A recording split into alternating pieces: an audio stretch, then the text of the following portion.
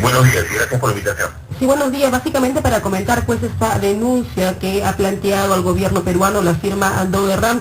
Están solicitando 800 millones de dólares por reparación civil por el cierre de operaciones del complejo metalúrgico de Loroya. Sí, efectivamente, Dover Ram, que como ustedes saben, era la empresa que tenía en propiedad el complejo metalúrgico de Loroya, y que al momento de adquirir ese complejo en 1997 tenía una serie de obligaciones de realizar proyectos de inversión ambiental para precisamente adecuar las operaciones a estándares ambientales adecuados. Y fue incumplido todas sus obligaciones ambientales. Esa empresa está llevando al país, a todo el país, a un proceso de arbitraje internacional al amparo del Tratado de Libre Comercio que el Perú firmó con los Estados Unidos. Y efectivamente, digamos, la demanda del proceso de arbitraje está buscando una indemnización de 800 millones de dólares que el país tendría que pagarle precisamente a esta empresa que incumplió todas sus obligaciones legales y ambientales, ¿no? Sin embargo, pues este proceso de arbitraje ya está en curso, ¿no? ¿Cuál es el siguiente paso? ¿Qué le espera al Perú? Bueno, efectivamente se ha iniciado el proceso de arbitraje formalmente. El gobierno peruano, el Estado peruano, tiene que diseñar una estrategia de defensa de sus intereses. Hasta donde tenemos entendido, se ha contratado 2 estudios de abogados, un estudio en el Perú y otro estudio en los Estados Unidos, para precisamente encarar este proceso de arbitraje. Nosotros estamos llamando la atención porque este es el primer caso por el cual el país está siendo llevado a un proceso de arbitraje al amparo del Tratado de Libre Comercio. Y estamos tratando de subrayar el hecho que estos tratados de libre comercio tienen precisamente capítulos de protección de los derechos de inversionistas que son muy beneficiosos para empresas como Dover Ram, pero que al mismo tiempo son muy perjudiciales para defender los intereses del país. Estos procesos de arbitraje se desarrollan en un campo de acción y bajo reglas de juego que no son precisamente favorables para defender los intereses de un país como en este caso es el Perú.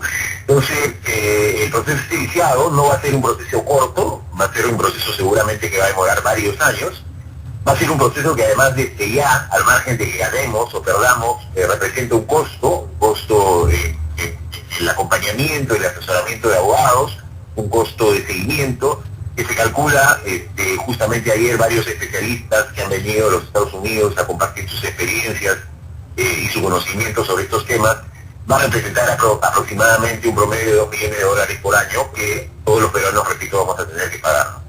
Señor de Chale, usted como conocedor de este tema y ya presentada la demanda, conocido los requerimientos de Dover Ram, ¿cuál es su pronóstico? ¿En qué va a terminar finalmente esta demanda? Sí, es una buena pregunta, ¿no? Yo creo que, en primer lugar, yo me animaría a responder, a decir que es de pronóstico reservado, porque en estos procedimientos no se toma en cuenta si la empresa ha incumplido las obligaciones legales que existen en el país. Esos temas no son elementos que en el proceso de arbitraje van a ser considerados como elementos importantes. Lo que se toma en cuenta es si finalmente el capítulo de inversiones del Tratado de Libre Comercio ha sido respetado o no ha sido respetado. La empresa está señalando que ha recibido un trato discriminatorio. Es curioso porque la empresa ha recibido una serie de beneficios que no había recibido ninguna otra empresa. Es la única empresa que ha incumplido y plazos, más plazos, ¿no? Y se le dio, efectivamente, como usted dice, se le dio varios plazos. La empresa tenía 10 años para cumplir con este programa de inversiones ambientales y han pasado 15 años. Se le dio 2 plazos, 2 ampliaciones, una en el 2006, otra en el 2009, y sin embargo la empresa no ha cumplido. Y no cumplió sobre todo el proyecto más importante, el proyecto que representaba el 72% del monto de inversión comprometido.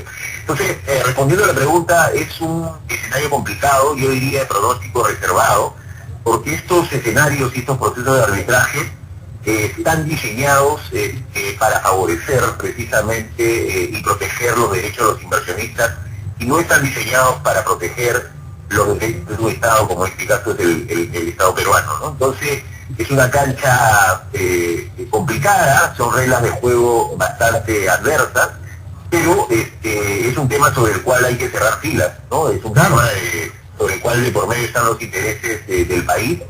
Y precisamente estas actividades y el hecho de hacerlo visible buscan alertar a la opinión pública y buscan precisamente esta estrategia de cerrar filas, porque por medio están los intereses del país, pero además no hay que olvidarnos que están los intereses de una población como la de Loroya, que durante los 15 años de presencia en la empresa ha estado siendo víctima, digamos, del no cumplimiento de las obligaciones ambientales, y tenemos una población que está seriamente afectada por la contaminación ambiental de plomo, cadmio y arsénico, que ha afectado sobre todo a los niños y a las mujeres de esta localidad. Justamente sobre eso, parte de la reparación civil de lo que está exigiendo aquí la firma Doe Ram es que el gobierno peruano se haga cargo también de las enfermedades y las secuelas que se habrían generado en algunos pobladores. Así es, efectivamente, ¿no? Ha habido un proceso que se ha iniciado en las Cortes de Missouri, en los Estados Unidos, de un conjunto de pobladores que efectivamente han denunciado a Renco, que es la casa matriz de Doe Ram en los Estados Unidos, por la responsabilidad, y la respuesta de la empresa es que el Estado peruano debería hacerse cargo de esa responsabilidad, ¿no? Y este juicio está siendo dilatado en los Estados Unidos precisamente teniendo como argumento que se ha iniciado el proceso de arbitraje al amparo del Tratado de Libre Comercio con los Estados Unidos. Entonces, es un escenario complejo y efectivamente este caso también tiene un rostro humano, y el rostro humano es precisamente la población que durante estos 15 años ha estado recibiendo todos los días, un cóctel tóxico de plomo, cadmio y arsénico que ha generado un impacto considerable, sobre todo en los niños de la población de Loroya. Todos los estudios que se han hecho en estos años demuestran que la población de Loroya tiene niveles de plomo en sangre muy por encima de lo que recomienda la Organización Mundial de la Salud. Señor de Chávez, justo estoy revisando el Facebook y me encuentro con una tarjeta que me envía alguien que dice lo siguiente, yo quiero su opinión sobre esto después de que escuche el texto. Dice, la economía mundial es la más eficiente expresión del crimen organizado. Quiero un comentario respecto de esta frase. Bueno, hay varios aspectos de lo que ha sido la expansión económica en el mundo, pero también creo que el caso peruano es un buen ejemplo de cómo esa expansión también ha generado una serie de costos que muchas veces no son visibilizados, ¿no? Por ejemplo, mucho se ha hablado del crecimiento de la economía peruana en los últimos años. Efectivamente ha habido un crecimiento económico importante y nadie está en contra de que eso ocurra, pero muy poco se habla, por ejemplo, de los costos de la degradación ambiental que, insisto, representan un costo que pagamos todos los peruanos y que no es visibilizado. Por ejemplo, el Banco Mundial ha señalado hace algunos años, para el caso peruano, que el costo de la degradación ambiental representa casi el 4% del Producto Bruto Interno. Y cuando uno ve los diferentes rubros, o denominarlos de alguna manera, que representan ese costo de degradación ambiental, el principal es el tema de contaminación atmosférica. Entonces, lo que quiero decir con esto y respondiendo a la pregunta es que hay datos, ¿no?, que no son visibilizados y que efectivamente están a la base de un crecimiento económico que no está considerando aspectos sociales, aspectos ambientales. Por ejemplo, el Perú es un país que se ha convertido en una zona donde los conflictos sociales están aumentando de manera sustantiva, básicamente sobre todo por temas ambientales. Y esos conflictos socioambientales tienen un costo, representan también un costo.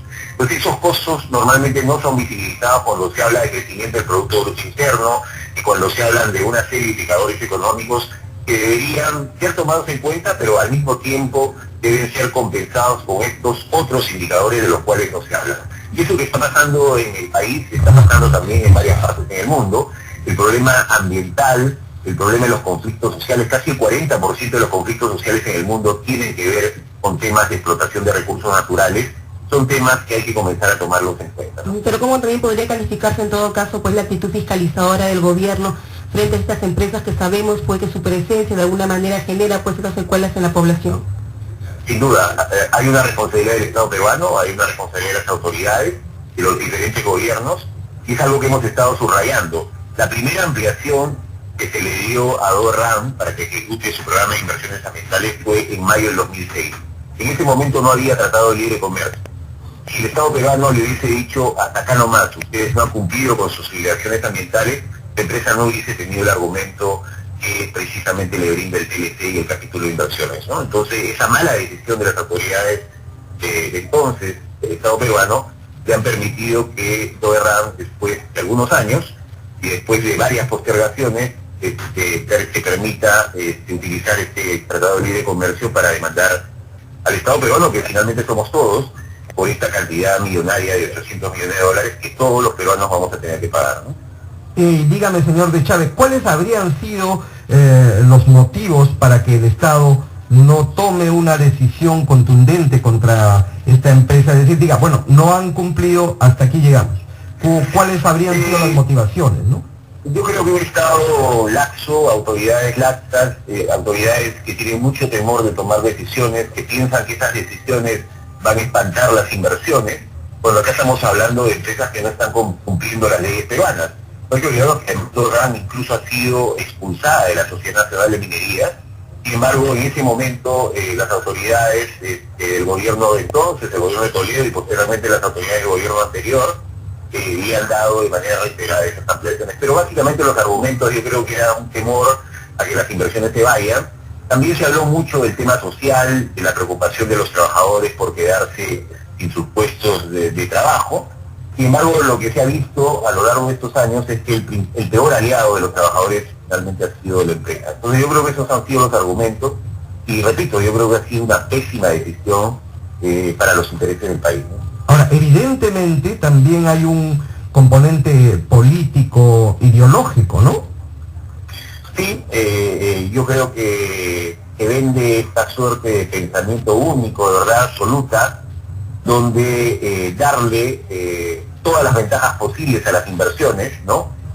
Incluso ventajas a costa de los intereses del país, ¿no?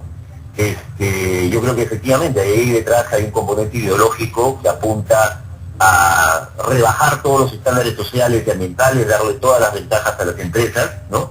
Incluso limitando las posibilidades para que el Estado peruano pueda defender sus intereses, pueda diseñar políticas sociales, de defensa de la salud, de defensa de estándares ambientales adecuados, ¿no? Entonces sí, yo creo que hay una suerte de componente ideológico, de reglas de juego que pretenden ser mantenidas y están demostrando estas limitaciones. Yo creo que el caso de Loroy es un buen ejemplo para darnos cuenta que los tratados de libre comercio, dicho este paso, no estamos de acuerdo, estamos totalmente de acuerdo en que el Perú sea un país insertado en la economía global, por temas que recibe inversiones, pero al mismo tiempo estamos de acuerdo que hayan regulaciones ambientales, regulaciones sociales exigentes, que no son regulaciones que no existan en ninguna parte del mundo, que se aplican en cualquier economía globalizada, pero evidentemente este tipo de instrumentos limitan las posibilidades que un Estado soberano pueda desarrollar estos estándares sociales y ambientales. ¿Y cómo se puede hacer, señor Chávez, para hacerle frente pues a esta millonaria demanda de 800 millones de soles que nos va a costar a todos, como usted lo dice?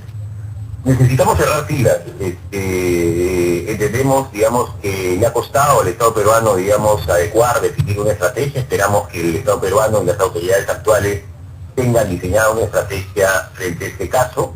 Yo creo que sería inaceptable que una empresa que ha incumplido todas sus obligaciones ambientales y que ha afectado la salud de una población como la de Loroya, termine, además de eso, llevándose 800 millones de dólares en el bolsillo, ¿no? Entonces, yo creo que hay que ser hay que exigir que las autoridades del Estado peruano diseñen una estrategia acorde, y las instituciones de la sociedad civil también. El mensaje que damos es que en este caso estamos cerrando filas y estamos dispuestos a apoyar, pero además a partir de este caso hay que comenzar a discutir este tipo de instrumentos y ver cómo son ajustados, cómo son mejorados, cómo son modificados, porque esta discusión que se está desarrollando en el país también se está desarrollando a nivel global en varios países, ¿no? Estas reglas de juego tan favorables para los inversionistas y tan desfavorables para los estados ya no son tan fácilmente aceptadas, ¿no? Y hay que comenzar a discutirlas con la mayor seriedad posible para reformarlas en